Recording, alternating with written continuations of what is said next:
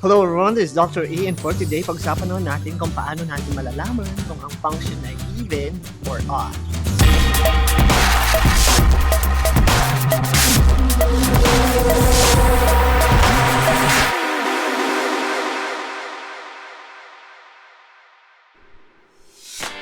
Ang pag-analyze ng mga function without the aid of technology or graphing calculator or Desmos ay isa sa mga skills na kailangan nating matutunan sa mathematics.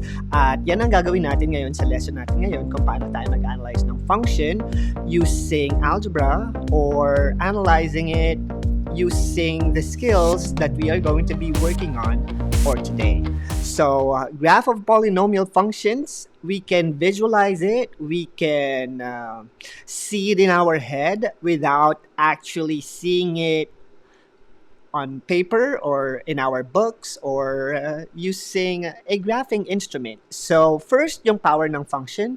According to the definition, a power of function of degree n is of the form f of x is equal to ax to the n, where n is going to be a positive real number. So, lagi siyang integer dito sa pagkuha ng mga power natin dahil sa exponent na nakikita natin or highest exponent or degree ng ating polynomial, we can determine kung ang ating function ay linear, quadratic, cubic, or kung ilang beses tayo magkakaroon ng mounds doon sa ating graph. So, pag-usapan natin yung ating basic polynomial function, which is a function of degree 1. So, f of x is equal to 2x plus 7 ay linear function na matatawag dahil kapag ginraph natin ang function na yan, kung alam nyo pa kung paano tayo mag-graph ng function using a quick sketch, so si 7 ang ating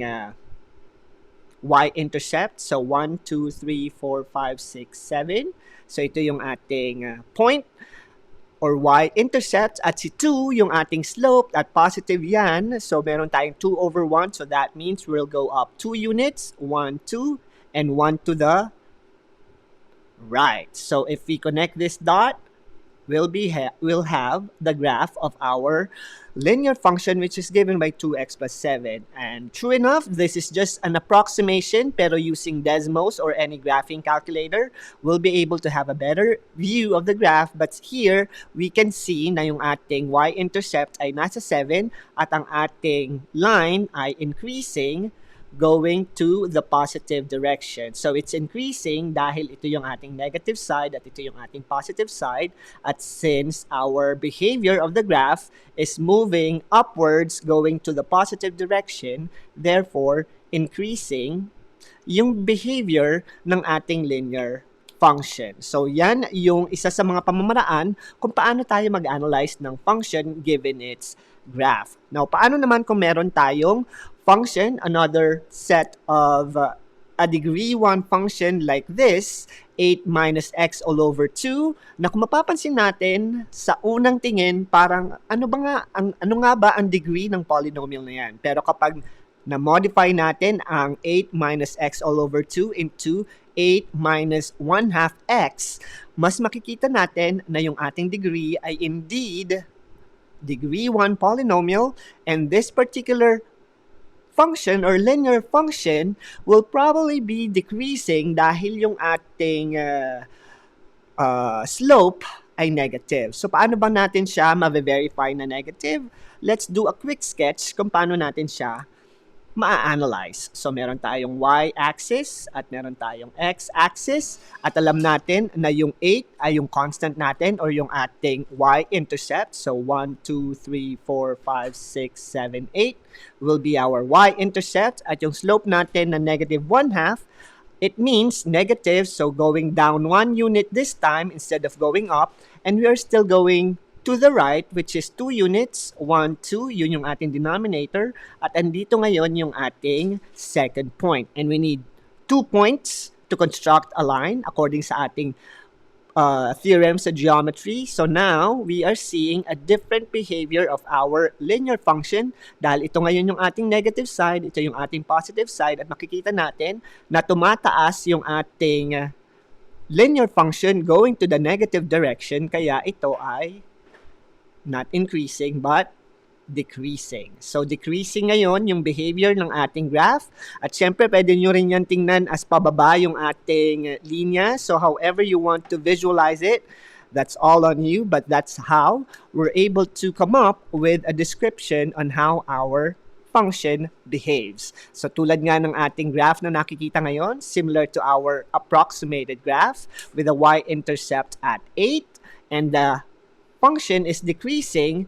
Now we have a graph of a function that we know is decreasing based on the look of our equation. So yan yung ating degree 1 polynomial. So lahat ng linear function, it will give you a line going up or going down depending on the sign of your slope. So ang susunod nating function would be a polynomial of degree 2. At ang degree 2 polynomial, meron siyang special name in algebra. We call it a quadratic function. So in this function, we have 8x squared plus 4x.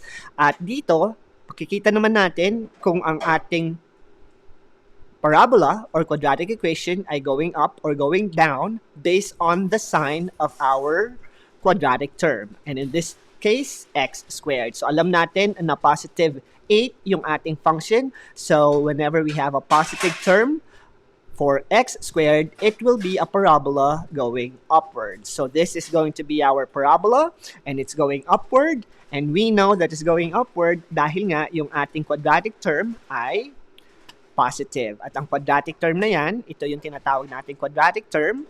At ito yung behavior ng ating graph na going upwards. At kung meron tayong negative 4x squared plus 2x minus 5, we know that this parabola is negative or our quadratic term is negative. So this time, it's going to be a parabola that is opening downwards. So ito yung mga basic facts na kailangan natin malaman sa graph ng ating mga function, especially pagdating sa degree 2 polynomial. At mapapansin ninyo na yung bawat polynomial natin or function, it behaves differently according doon sa degree or yung highest exponent ng ating function. Kanina, ang highest function natin ay 1, kaya siya ay naging linear. So, lahat ng mga function natin will be linear. At yung ngayon naman, nakikita natin yung ating function ay quadratic or degree 2 polynomial. So, lahat ng mga behaviors ng mga degree 2 polynomials will look something similar to this one. At paano naman kung meron tayong degree 3 polynomial? So, for a degree 3 polynomial, ang special name natin dyan ay cubic function at meron din siyang special behavior tulad ng parabola na U-shape, linear equation, na straight diagonal line. Ayun naman, ang cubic function will have this behavior. So mapapansin nyo na para siyang parabola na binali. So instead of pareha silang going up, yung isang tail ay going down at yung isang tail ay going up. So yan yung behavior ng cubic function. So ito yung line or degree 1 polynomial. Ito naman yung ating U-shape na degree 2 polynomial. At ang cubic function, it could either be like this or like this. So yung ating end behavior or yung ating tail ay nasa opposite direction. So ito yung behavior ng cubic function at i-introduce natin dito yung kahalagahan ng pagtingin kung paano or saan pumupunta yung ating mga end behavior ng ating cubic function. So ito makikita ninyo, ito yung going upward, going to the positive direction, at ito namang other tail or left tail ay going to the negative direction. At kapag yung ating tail ng ating cubic function, yung nasa positive side ay going up at yung nasa negative side ay going down, ang description natin sa function na yan ay positive coefficient or meron tayong positive x cubed. So kung may negative x squared is a parabola going downwards. Dito naman, ang positive x cubed, that means yung ating right end ay going to the positive direction at yung ating left end ay going to the negative direction. Dahil kung meron tayong cubic function tulad nito, mapapansin nyo na nag-switch yung behavior ng ating cubic function. yung ating left ay going up at yung ating right ay going down. Tulad nitong function na ito, yung ating cubic function na ito, yung ating left end ay going up at yung ating right end ay going downwards. When that happens, ang ating cubic function or yung coefficient ng ating cubic function or cubic term ay negative. So, ang mga representation niyan would be negative x cubed or negative 1/3 x cubed. So, expect na yung behavior ng ating graph would be this way. So, yan yung ilan sa mga distinct characteristic ng ating linear, quadratic, at cubic functions na kailangan nating tandaan kapag nag-a-analyze tayo ng function. And ang susunod naman natin ay pag-identify kung ang ating function or polynomial ay odd or even function. So, how are we going to identify this behavior sa ating function? Meron tayong tatlong categories or tatlong conditions. Yung first, if f of x is equal to f of negative x, ngayon ang function natin ay even. At kung ang ating f of negative x ay equal to the negative f of x, ito naman ay odd. At kung yung ating f of negative x ay hindi equal to the negative of our f of x, then the function is neither even or odd function. Now, it may be a little bit abstract for most of you, pero gagawin natin o gagamitin natin yan using our examples. So, meron tayong tatlong polynomial functions and we're going to identify kung ang function na yan ay even, odd, or neither using algebra. And how are we going to do that? Using our condition. So, titingnan natin kung saan condition siya magsasatisfy. So, let's start with the first one, which is given by f of x is equal to x to the fourth plus 3x squared. So, according to this, kailangan daw yung f of negative x ay equal sa f of x. So, ano nga ba si f of negative x? Si f of negative x, it's simply changing our x function into negative x. So, ang value ngayon natin for f of negative x will turn into negative x to the fourth plus 3 times negative x to the second power. And if we evaluate it, we know that negative x to the fourth, if you want to visualize it, would be negative x times negative x times negative x times negative x. And we know that negative and negative becomes positive, and negative becomes positive, and positive times positive is equal to positive. So f of negative x is equal to x to the fourth. Kapag sinimplify natin yung ating exponential function na negative x to the fourth. At syempre, mapapansin natin na negative x squared yung susunod nating is-simplify and it will be represented by negative x times negative x which is going to be positive x. So we'll have positive 3x squared. At mapapansin ninyo na yung ating function na f of x ay parehas lamang ng value ng f of negative x.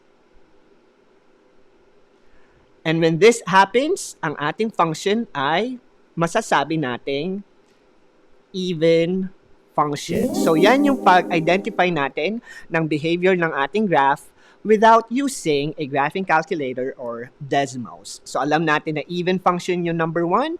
Tingnan naman natin kung anong type of function or yung behavior ng ating function number 2. So, using the same technique, we're going to be identifying our original function, which is of the form x to the fifth plus 3x to the third. At kukunin natin ngayon si f of negative x. At f of negative x, it means yung mga x's natin gagawing negative x. So magkakaroon tayo ng negative x to the fifth plus 3 negative x to the third power. At kung i-evaluate natin si negative x to the fifth, visually, it will look something like this. Negative x times negative x times negative x times negative x times negative x. 1, 2, 3, 4, 5. At alam natin na negative and negative is positive. Negative and negative is positive. At ito, since wala siyang partner, it will stay negative. And we know that if we multiply 2 positive, it will stay positive. But now that we have a negative right here, if we multiply this 2, it will turn into a negative function or negative value. So that means ang ating f of negative x ng negative x to the fifth will simply negative x to the fifth. At by the same principle, since odd number yung ating exponent, magiging negative pa rin yung ating x value kapag minultiply natin siya 3 times by itself. So now we have negative x raised to the third still, or if we simplify this, it will turn into f of negative x equals negative x to the fifth minus 3x to the third power. At mapapansin ninyo na yung ating f of x at f of negative x, they may not look the same, but if we take out the negative or i-factor out natin yung ating negative sa negative x to the fifth minus 3x cubed, we'll have negative x to the fifth plus 3x cubed.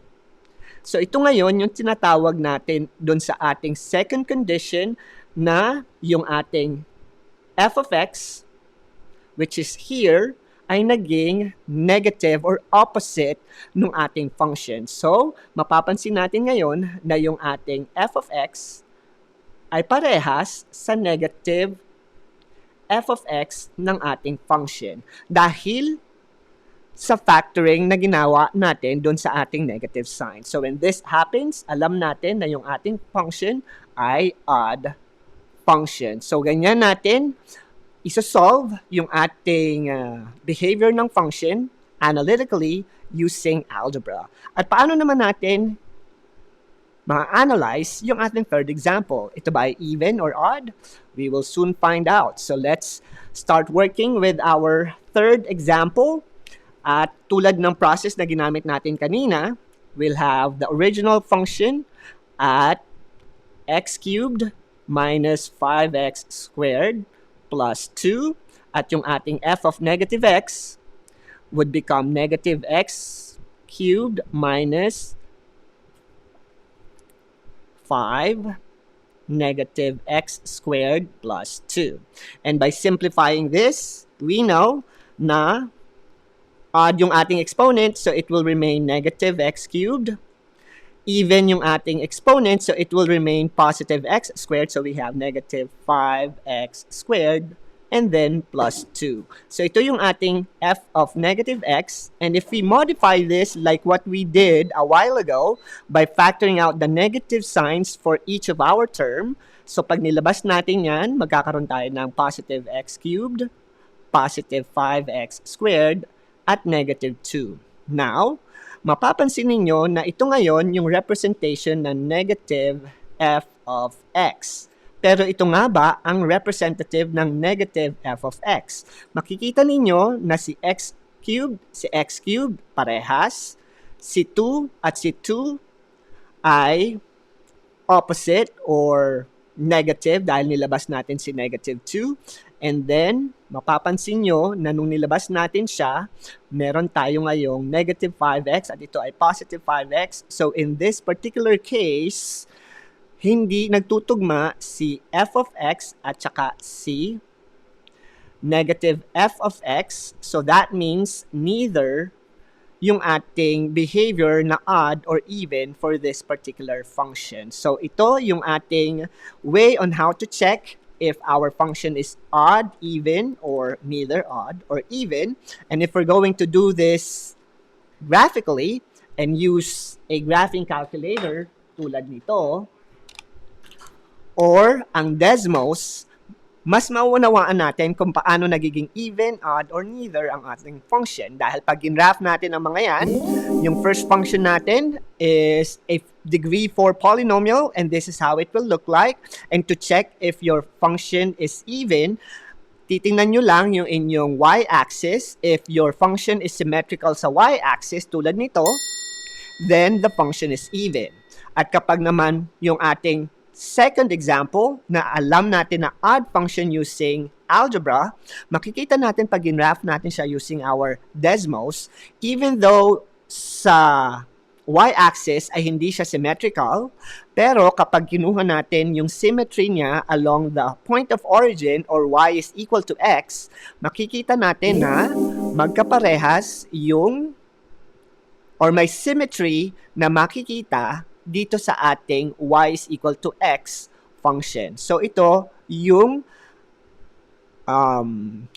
way natin to verify if the function is odd using the graph. At yung atin namang last function, ito yung function natin na degree 3 or cubic function. So mapapansin natin na along the y-axis, wala siyang symmetry, at kung igamitin naman natin yung linyang y is equal to x, makikita din natin na wala siyang symmetry. So when that happens, if neither the vertical or yung ating diagonal axis ang walang function, ibig sabihin, or walang symmetry, ibig sabihin, neither yung ating function. Kaya yung ating Numberbender challenge for the day, i-match nyo without using a graphing calculator or Desmos kung alin dito sa function na ito yung ating mamamatch dito sa 1, 2, 3, and 4. At yan ang ating Numberbender challenge for the day at ang lesson natin on analyzing function without using a graphing calculator. We just need to know the rules or condition para mas maintindihan natin yung mga behavior ng ating graph if even siya or odd or ito ay neither. This is Dr. E and see you again next time. Bye!